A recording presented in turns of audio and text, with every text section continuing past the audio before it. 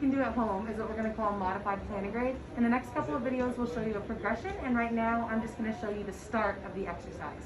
So to start, you're going to have your patient in this stance where they have both arms on the table, and it could be on a table, it could be on a cabinet, counter, it could be anywhere that you have accessible in the house. And then you're going to have them standing with their legs straight. I have a gait belt on for safety so that I can guard them while they're performing this exercise. This exercise will address their walking and lower extremity weakness. So we're just going to focus on the hip movements as we're going through this exercise, as well as endurance for them standing. This will help him with his ADLs and going to the bathroom independently. So what we'll have him do is, if you can go ahead and keep your arms on the table and then bring your foot forward, just tap your foot and then bring it back to neutral.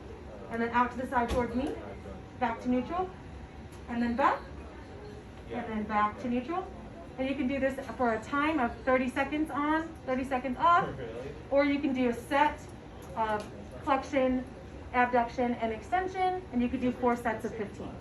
Okay, so now a progression in our 4-way hip reactions is going to be adding soup cans for the patient to tap their foot up onto. This is going to be working on foot clearance, helping with getting back to community ambulation, as well as clearing those feet for walking around his living room and getting to the dining room table. So we're going to have you still in the modified plantigrade. We're going to have you bring your right foot up, tap that soup can, and then come back. And then we're going to go forward again and come back. So we do this 10 to 12 times, and then we'd work in extensions. So now I'm going to have you bring your foot back and tap that can and come forward and back and then forward. And then once they get good at this and they feel comfortable, we can alternate it and do a reciprocating. So we can go forward and then down and then back as a progression. And we would do that for 10 to 12 times for 3 to 4 sets. For the next progression, we're going to stand next to a countertop and just float your hands over the side. And you're going to lift up one foot and then place it back down. So you're working on balancing on the opposite foot and then placing it down. This is going to help with your walking, being able to stay balanced on one side while progressing the other foot forward.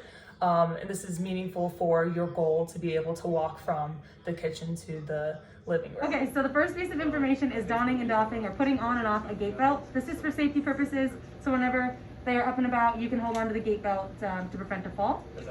What you do is, this gait belt has prongs, so you're just going to wrap it around your patient and close it together. So since our patient has a sacral wound, we're going to want to avoid going too low on the patient.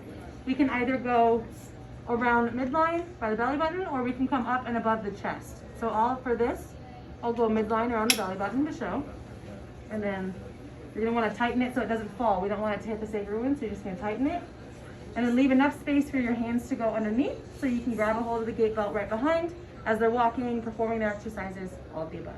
And then to take it off, you just unbuckle and make sure they're in a safe position to where they don't need the gait belt to be guarded.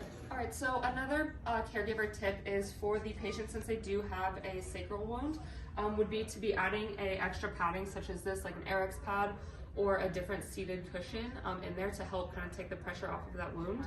And if they were sitting there on their bare bottom, you would just want a towel just in case there was any extra leakage or any fluids that were coming out. But one piece is that you would want to teach them pressure relieving techniques. So every 30 minutes to an hour, if they were sitting in their chair, would be to press up on their elbows. So you'd have their arms here, and then you just have them kind of push up on their elbows and kind of relieve their bottom. They could hold for 5 seconds. And then if they wanted, they could keep this arm here, extend this arm, like push off of that arm to relieve one cheek and lean to the left. And then they could also lean to the right as well.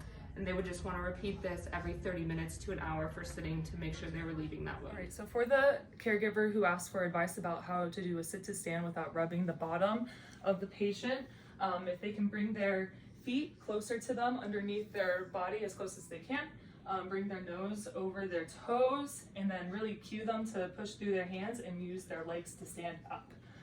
This will really help give them the best opportunity to go up and not have to scoop forward, being able to just bring their feet underneath them more and get their balance.